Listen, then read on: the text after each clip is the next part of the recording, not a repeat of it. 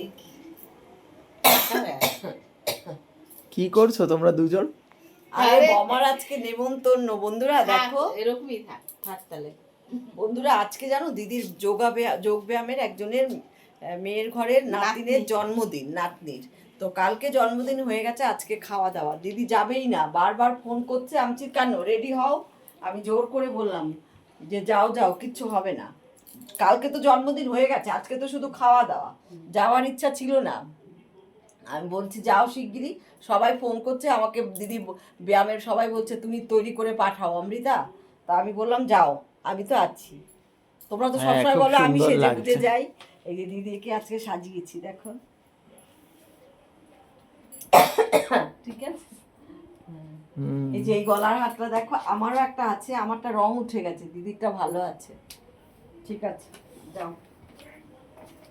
বেশি দূর না, কাছাকাছি একদম।